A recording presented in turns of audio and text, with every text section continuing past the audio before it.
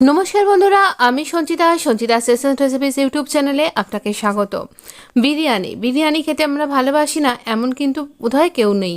তো সেই বিরিয়ানিটা যদি আপনি প্রেশার কুকারে তৈরি করতে পারেন, আর সেটাও খুব ইজি প্রসেসে, কীরকমভাবে জলের মাপ দিলে এরকম ঝরঝরে একটা সুন্দর বিরিয়ানি হবে, আর কিভাবে আপনি এই চিকেন বিরিয়ানিটা তৈরি করবেন খুব ইজি প্রসেসে, মাত্র কয়েক মিনিটের মধ্যেই আপনার পাতে চলে আসবে এই রকম সুস্বাদু একদম ঝরঝরে বিরিয়ানি। বাড়িতে গেস্ট আসুক বা যেই আসুক, বা আপনার ইচ্ছা হলো হঠাৎ কিছু ভালো কিছু খেতে, তাহলে সঙ্গে সঙ্গে তৈরি করতে পারবেন। চলুন দেখে নিই। আমরা প্রেশার কুকারটা গরম করতে বসিয়ে দিয়েছি। এই প্রেশার কুকারটাতে প্রেশার কুকারে আমি বিশেষ একটা রেসিপি আপনাদের সাথে শেয়ার করি না, ঠিক কথাই, কিন্তু যারা ব্যাচেলার বা যারা একদম চাকরি সূত্রে বাইরে রয়েছেন তাদের কথা মাথায় রেখে এটা শেয়ার করছি।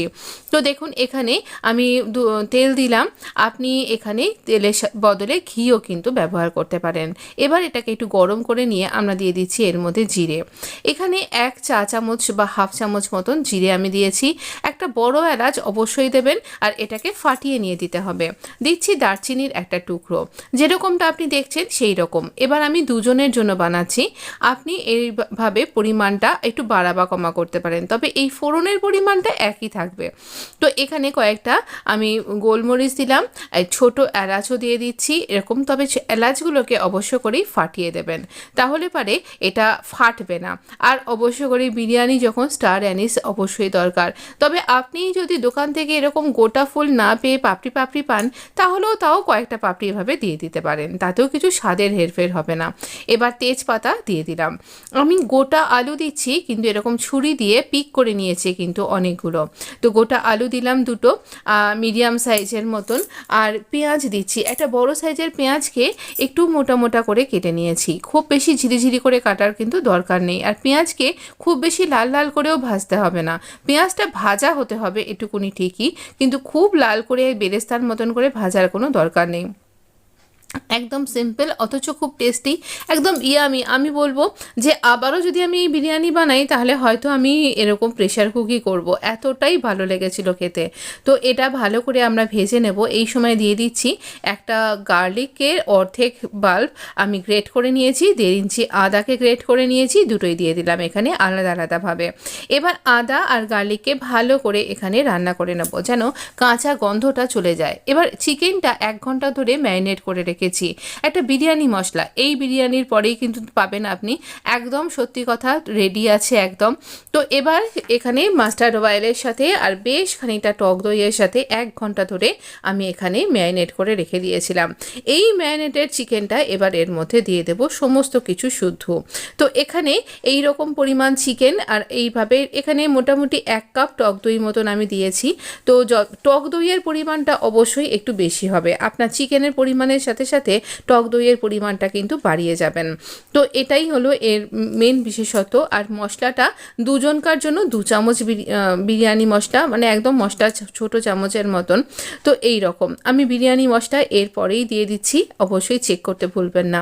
ভীষণ উপযোগী। আপনি যদি বিরিয়ানি মশলাটা তৈরি করে রেখে দেন না, তাহলে পারে চিকেনেরও বিভিন্ন রেসিপিতে আমি শেয়ার করা বিভিন্ন রেসিপিতেও কিন্তু এরকম বিরিয়ানি মশলা ইউজ করে থাকি। আমি প্রেশার কুকারের লিডটা চাপা দিয়ে মাংসটাকে একটু হতে দিয়েছিলাম।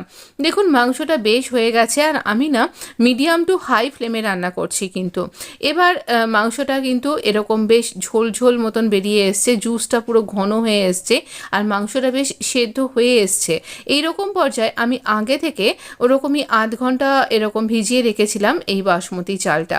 এই বাসমতি চালটা দুজনকার মতন এই চালের জলটাকে আলাদা করে সরিয়ে রেখেছি মেপে দেবার জন্য। আর যেহেতু প্রেশার কুকারে রান্না করছি তাই। আর এখানে চালটা দিয়ে দিলাম, চালটা দিয়ে চালের সাথে ভালো করে মিশিয়ে নেব। আর এখানে দেখুন জলটাকে আমি মেপে নিয়ে দিচ্ছি। আমরা জল দেব, যতটা চাল নিয়েছি ততটাই জল দেব কিন্তু। একদম ঝরঝরে হয়েছিল যেমনটা আপনি দেখলেন। কাঁচা লঙ্কা দুখানা দিয়ে দিলাম। এবার আঁচটা কিন্তু একদম কমিয়ে রেখেছি, এরপরে আবার বাড়াবো। দুটো কাঁচা লঙ্কা দিলাম, আপনি যতটা ঝাল খেতে পছন্দ করেন সেই মতন দিন। রোজ ওয়াটার দিলাম, আপনি রোজ ওয়াটার খেতে পছন্দ না করলে দেবেন না। কেওড়া ওয়াটার দিলাম 1 চামচ মতন, দুটো ক্ষেত্রেই তাই। যদি আপনি এগুলো খেতে পছন্দ না করেন দেবেন না, কিন্তু খেতে বিরিয়ানি হলে এগুলো লাগেই লাগে, যাই বলুন না কেন।